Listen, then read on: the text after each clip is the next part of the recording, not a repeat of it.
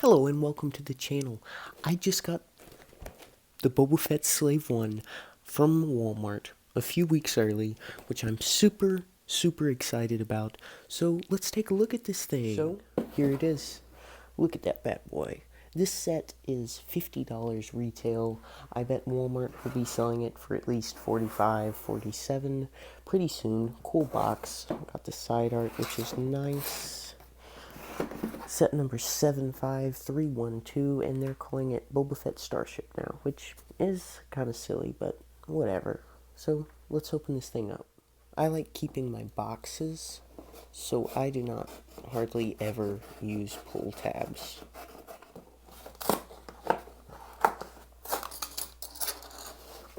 Alrighty.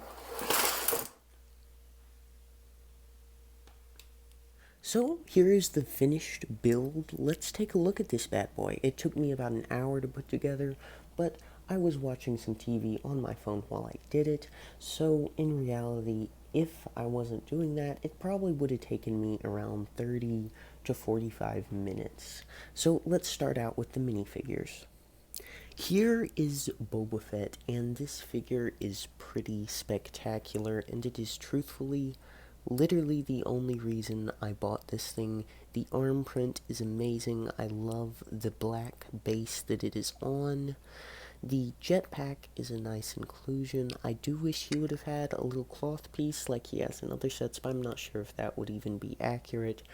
But my bone to pick with this figure is the helmet. I feel like it is too light.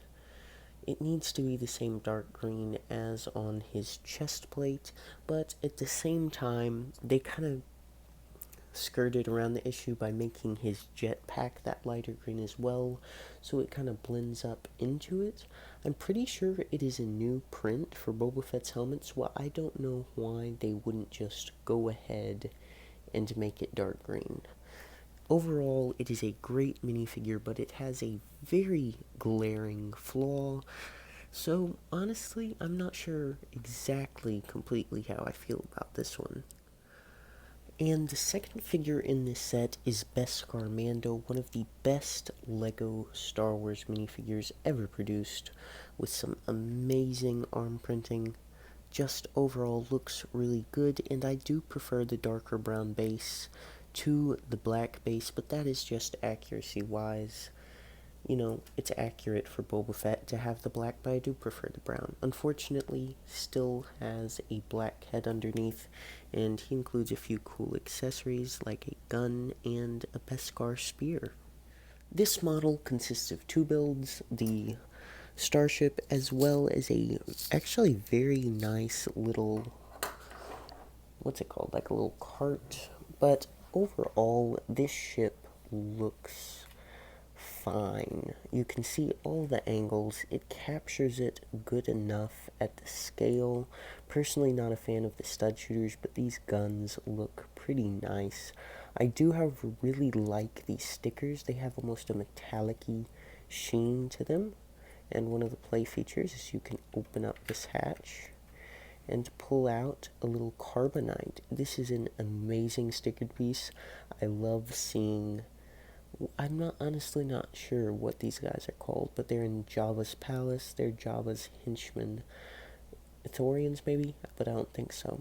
But a really cool piece nonetheless. Both sides are basically symmetrical.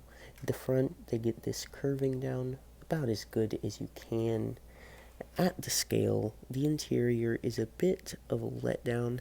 There's just one little control panel, and you can sit him either sitting on the bottom or the top, so the cockpit on the inside does not rotate like on every other large-scale Slave One model. I will mention I hate the way this glass piece looks on top. I wish they would have made something new, because you know, the Slave One does not have that seam. It does not taper down. And it doesn't have a giant gaping gap right there. It is too big in some places, too small in others, and it looks like trash in my opinion. I can look past it and see that, you know, it's the Slave One. It's a cool little model, but I think it's just an enormous glaring issue. The back is pretty okay. They got some details in. It's about as good as you could get at this scale. And another thing is there is a handle so you can fly with it. But in my experience, it is actually harder to use the handle than to hold it here or here.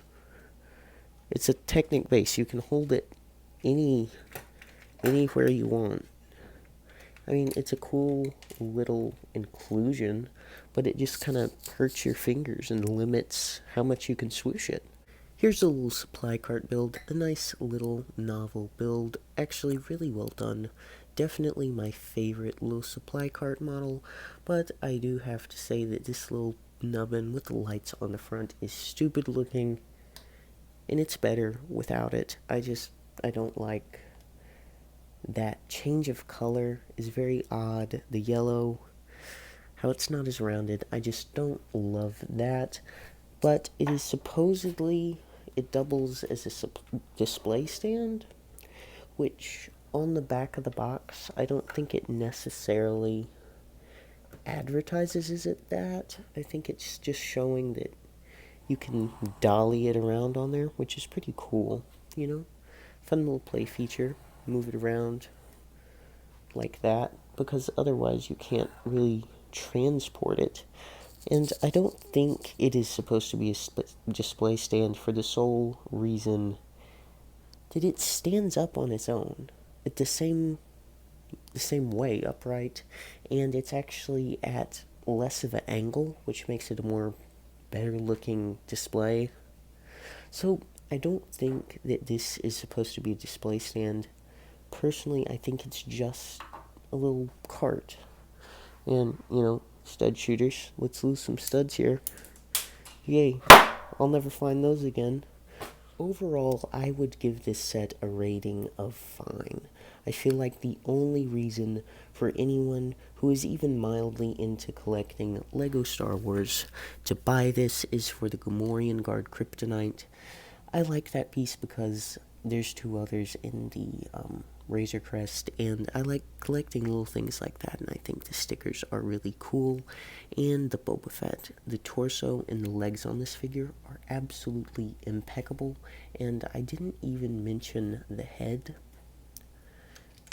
It bears a really good likeness to Temuera Morrison, the actor, and that head is way better than the helmet, so I honestly will probably display him without the helmet on, and I think he will look a lot better that way, because the helmet is trash. It is just pure trash.